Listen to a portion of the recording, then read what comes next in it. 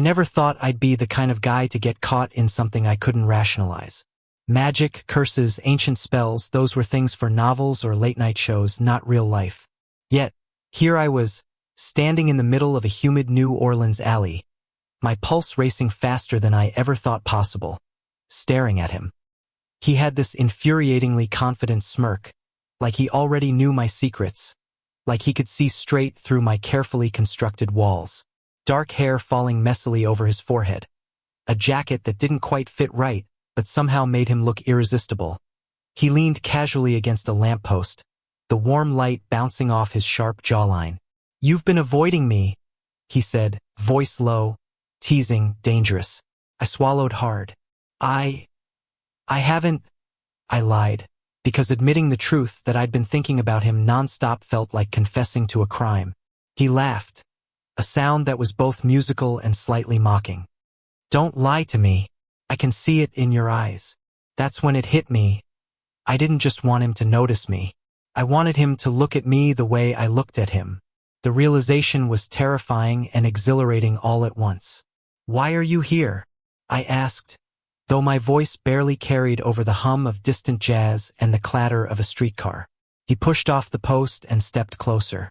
Every movement was calculated, deliberate. The space between us seemed to shrink on its own, like gravity had decided we were meant to collide.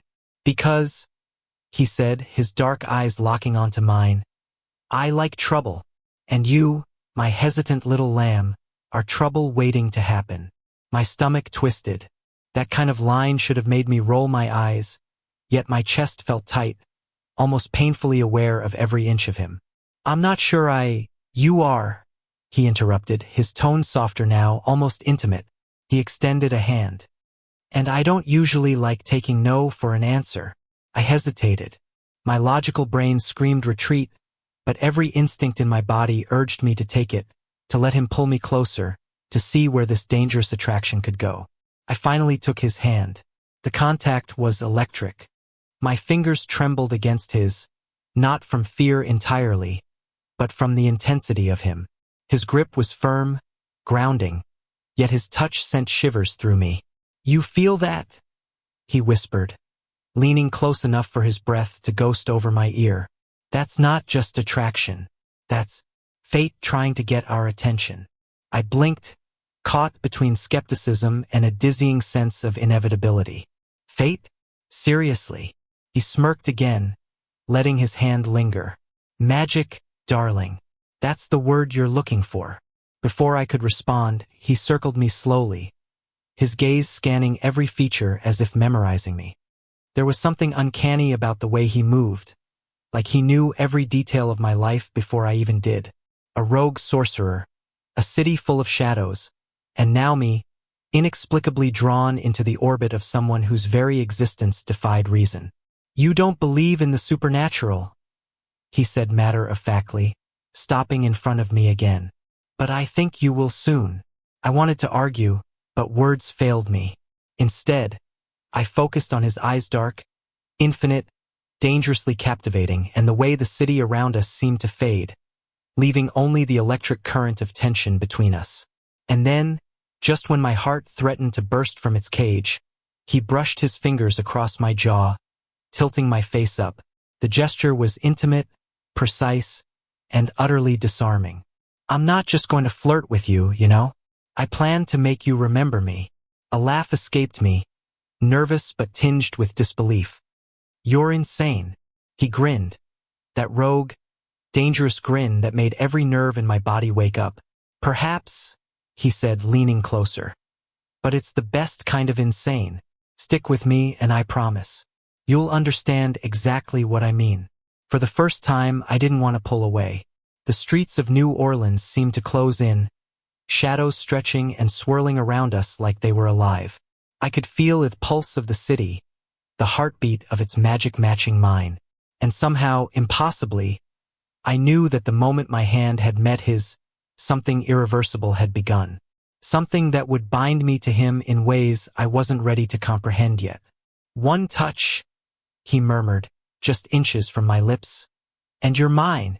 The air thickened, the night pressing in with the scent of rain and the tang of jasmine. as though the city itself conspired to witness what was happening between us. My logical mind screamed retreat. My heart, however, beat with a ferocity that no rational thought could contain. He laughed softly, reading the conflict in my expression. "Relax," he whispered. "I'm not going anywhere, and neither are you." I swallowed, feeling the weight of his words settle over me like a spell. For reasons I couldn't explain and probably shouldn't try to believed him. And in that instant, under the amber glow of gas lamps in a city that thrummed with secrets and forbidden magic, I realized I was utterly, irreversibly hooked. The next few days blurred into a dizzying haze of late-night walks along the Mississippi, whispered secrets in shadowed corners, and the undeniable pull between us.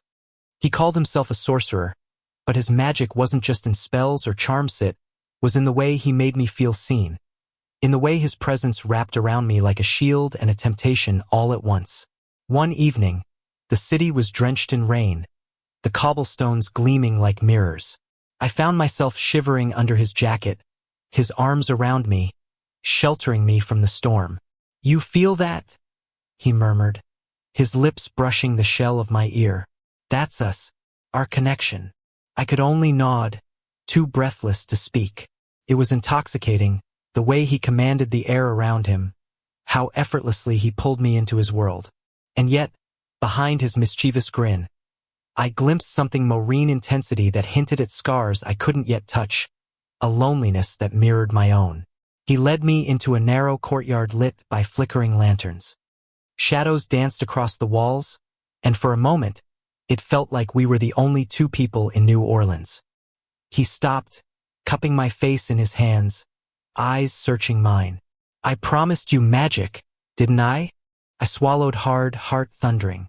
You've already done more than I ever imagined."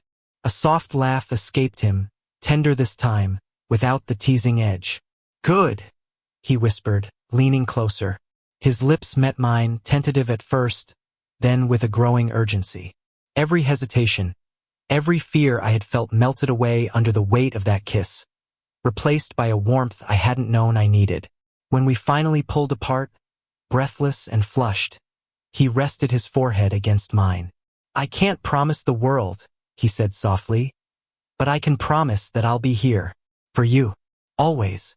Something inside me unclenched the walls I had built around my heart, the skepticism, the doubts. All of it faded in the face of what was undeniably real. Connection, trust, and the kind of love that made you feel alive and unafraid.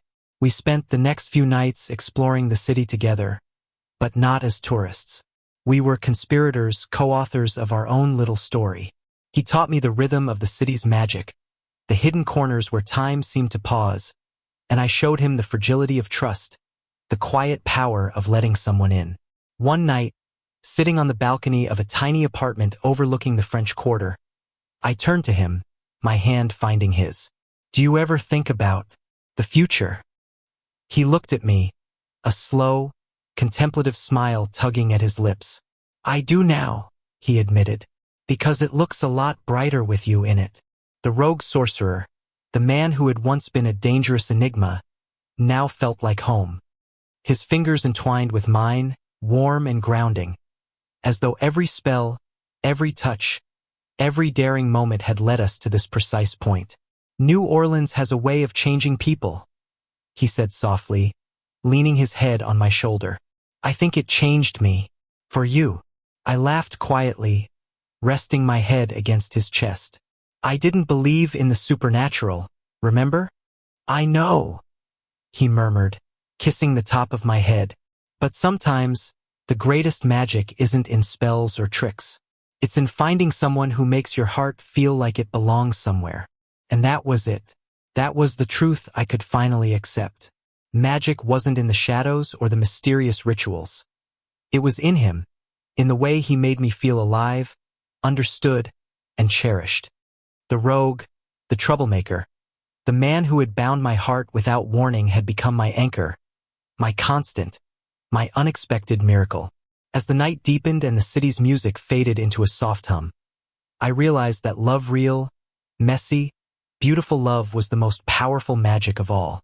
And somehow, by some improbable twist of fate, I had stumbled right into it, hand in hand with the man who had stolen my skepticism and replaced it with wonder. In the end, I didn't need to believe in the supernatural to know this. Some hearts are bound by more than logic. Some connections defy reason. And some men, against all odds, can turn an ordinary skeptic into a believer in love, in magic, and in the promise of forever. Under the warm glow of New Orleans lights, wrapped in his arms, I finally understood what he had meant the very first night. I was his, completely, and he was mine. The city whispered around us, secrets and music weaving through the humid night air, but I didn't need to worry about any of it, because for the first time in my life, I had found someone who made all the chaos make sense. And that was real magic. Thank you for listening. Don't forget to like and subscribe to stay updated with the latest videos.